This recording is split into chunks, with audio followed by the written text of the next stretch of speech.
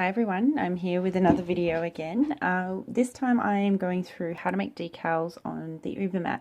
I do get a lot of questions from people regarding the Ubermat and how I use it, because I know some people are having trouble getting it to work properly. It does take a bit of practice and a bit of time to get it to work, but hopefully this video will help with a little bit of getting used to it. So I'm going to run through what I use, what tools, and then I'll show you how I make a decal as well. So the first things I use, of course, is the Ubermat by Uberchic Beauty. I know that Messy Mansion are bringing one out as well, and I'm sure that there'll be a lot of others that follow. It seems to be how it works in the nail world. So it's basically an acetone-proof mat made of, I think, silicone. It has these little fingers on it. I know you can't really see them well right now, but you will soon. And yeah, you can just clean it off with acetone and it doesn't damage it.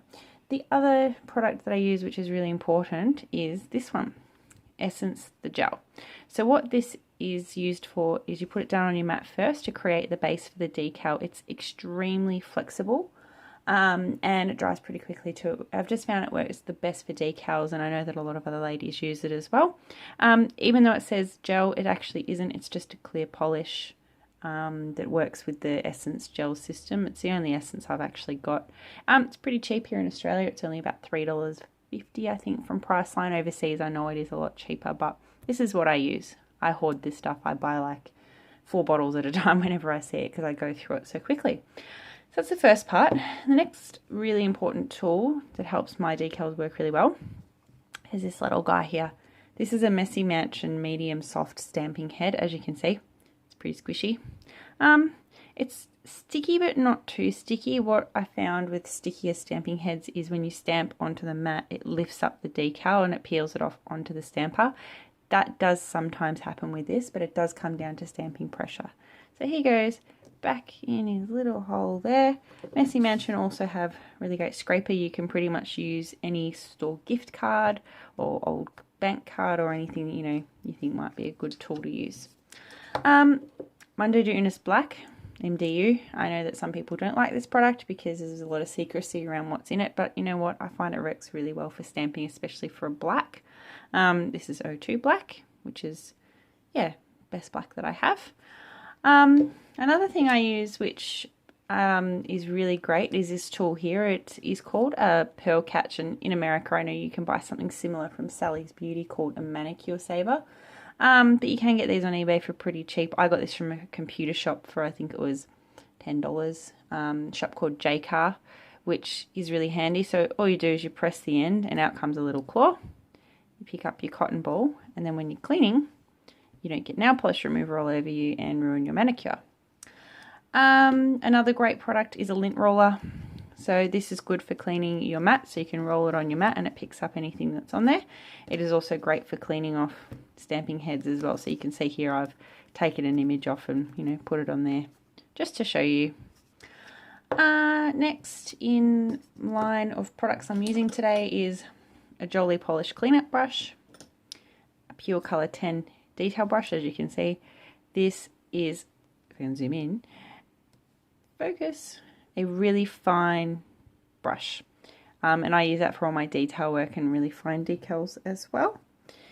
I also use a cuticle pusher, not for pushing my cuticles funnily enough, but for cutting off excess decal. So when you stick it on, you press around the edge and it just takes it off nice and neatly, and then you use your cleanup brush just to get the excess off, but I'll go through that a bit later.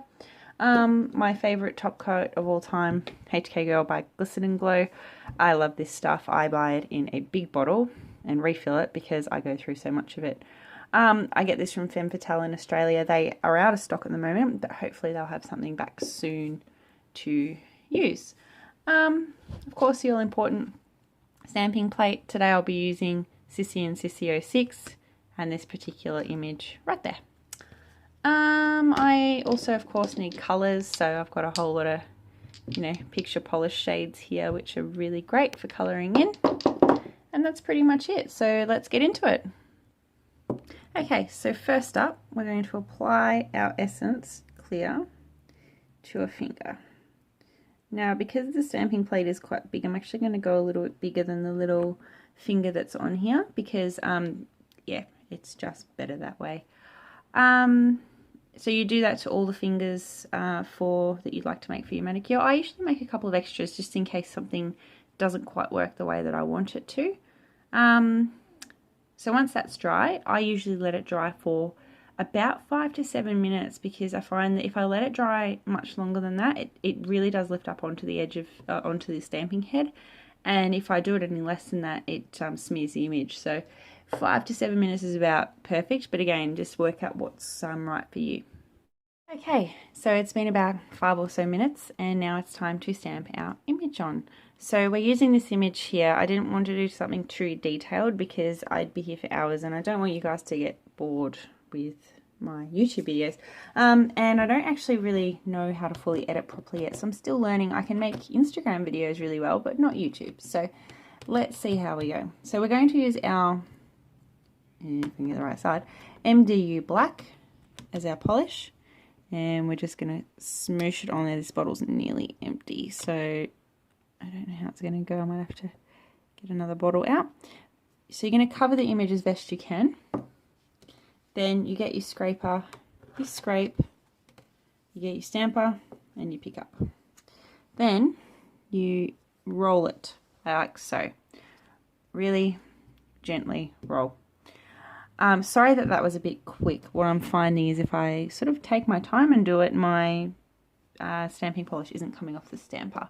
So I'm going to do another one just to show you what I just did. We're going to use this one here.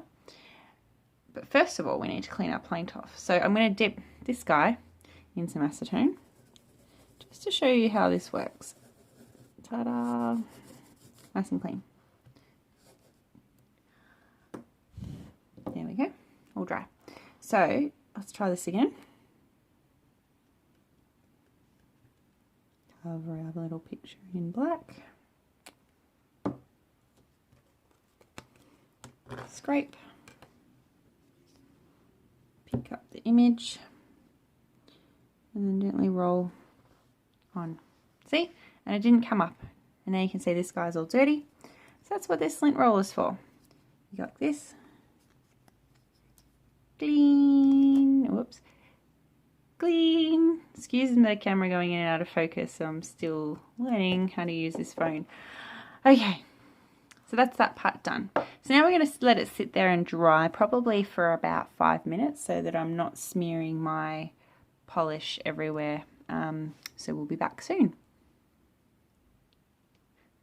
So while that's drying, I'm just going to show you the colours that I'm using before I go into the colouring part, because I'm actually going to do that sped up, and of course I can't talk while that's doing. So the first colour is going to be Picture Polish Candy, and I'm also going to use Picture Polish Flirt because they're really nice complementing colours. I've also got Mad Magenta, this is probably one of my favourites, and also Violet Femme. You can see they complement each other really nicely too. And then lucky last two colours is Picture Polish Instinct and Picture Polish Swagger. I pretty much use Picture Polish for everything these days. I've just found that they are the best polishes I've ever used. They're such high quality colours. I've never had any issues with any of their colours. You know, some polishes I found they chip really easily. Some polishes the colour's not great. They take 3 or 4 coats. These mostly are all 2 coaters. Some of them are 1 coaters. So they're really, really good colours. And they're Australian. And Jules is amazing. So I'm, you know, always happy to support Australian indies. And that's the colours I'll be using. And I'll be filling it all in with my Pure Colour 10 brush.